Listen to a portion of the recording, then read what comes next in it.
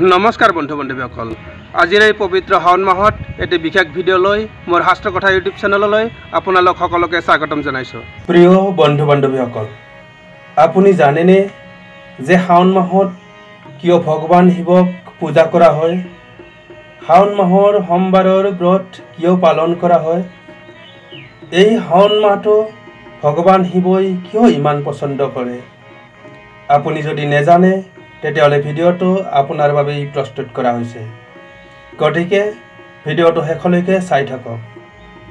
প্ৰিয় দৰ্শক, পৌৰাণিক কথামতে শাওণ মাহতেই সমুদ্ৰ মন্থন কৰিছিল। এই সমুদ্ৰ মন্থনত বিষ ওলাইছিল। তেতিয়া চাৰিওফালে হাহাকাৰ লাগি গৈছিল। ভগৱান শিৱই সংসাৰখন কেনেকৈ বচাওঁ বুলি ভাবি সংসাৰখন ৰক্ষা কৰাৰ বাবে নিজেই সেই বিষ পান কৰিছিল। তেতিয়া শিৱৰ কণ্ঠ বিষেৰে জ্বলি নীলা পৰি গৈছিল।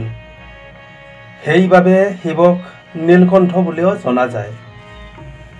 ভগৱান শিৱৰ কণ্ঠ জ্বলি নীলা পৰা দেখি যাতে শিৱই অলপ হ'লেও পৰিত্ৰাণ পায়, তাৰ বাবে সকলো দেৱ দেৱীয়ে শিৱৰ ওপৰত পানী ঢালিছিল। ইয়াৰ উপৰিও পত্নী পাৰ্বতীয়ে এই বিষ শিৱৰ কণ্ঠতেই ৰখাই দিছিল। দেৱতাসকলৰ এই চেষ্টাত ভগৱান শিৱ বহুত সন্তুষ্ট হৈছিল। বন্ধু বান্ধৱীসকল, তেতিয়াৰ পৰাই ভগৱান শিৱক প্ৰত্যেক বছৰে শাওণ মাহত জল অৰ্পণ কৰাৰ পৰম্পৰা ৰৈ গ'ল। ভগৱান শিৱৰ অৰ্ধাংগিনী মাতা সতীয়ে শিৱক প্ৰত্যেক জনমতেই পোৱাৰ বাবে আৰাধনা কৰি আহিছিল। সতীয়ে নিজৰ পিছৰ জন্মত হিমালয় ৰাজাৰ ঘৰত পাৰ্বতীৰ ৰূপত জন্ম লয়।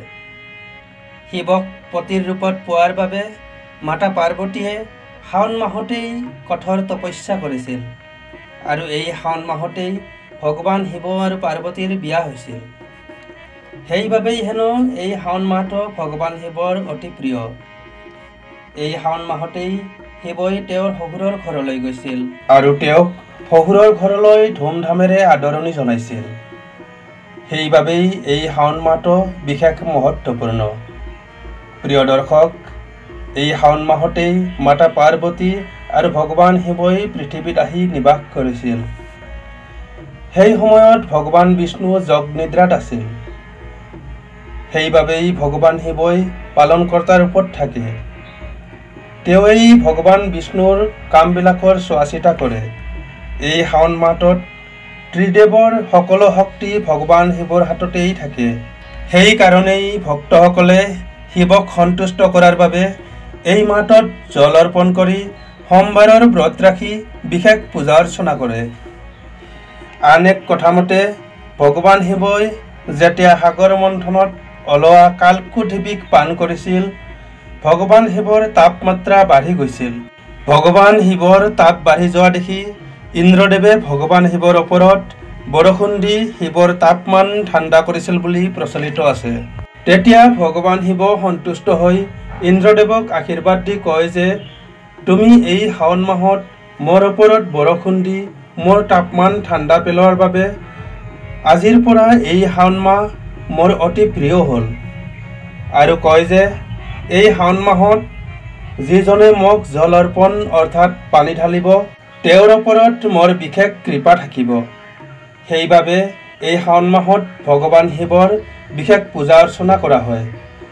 এনেদৰে শিৱক পতিৰূপে পোৱাৰ বাবে মাতা পাৰ্বতীয়ে যেতিয়া তপস্যা কৰিছিল, তেতিয়া ভগৱান শিৱই মাতা পাৰ্বতীৰ তপস্যাত সন্তুষ্ট হৈ পাৰ্বতীক পত্নীৰূপে স্বীকাৰ কৰাৰ পিছত ভগৱান শিৱই পাৰ্বতীক কৈছিল যে, যেনেদৰে তুমি মোক এই শাওণ মাহত তপস্যা কৰি মোক সন্তুষ্ট কৰি মোক পতিৰূপে পাবলৈ সক্ষম হ'লা, তেনেদৰে আজিৰ পৰা অবিবাহিত ছোৱালীবিলাকে যদি মোক সোমবাৰৰ ব্ৰত ৰাখি জল অৰ্পণ কৰি পূজা অৰ্চনা কৰিব, তাই এজন ভাল ল'ৰাক পতি হিচাপে পাবলৈ সক্ষম হ'ব। আৰু তেতিয়াৰ পৰাই অবিবাহিত ছোৱালীবোৰে ভগৱান শিৱৰ দৰে শক্তিশালী পতি পোৱাৰ কামনাৰে ভগৱান শিৱক শাওণ মাহত সোমবাৰৰ ব্ৰত ৰাখি জল অৰ্পণ কৰি বিশেষ পূজা অৰ্চনা কৰে। প্ৰিয় দৰ্শক, ভিডিঅ'টো কেনে পালে জনাব। ভাল লাগিলে এটা লাইক কমেণ্ট কৰি মোক আকৌ এনেধৰণৰ ভিডিঅ' বনোৱাত উৎসাহিত কৰিব বুলি আশা কৰিলোঁ।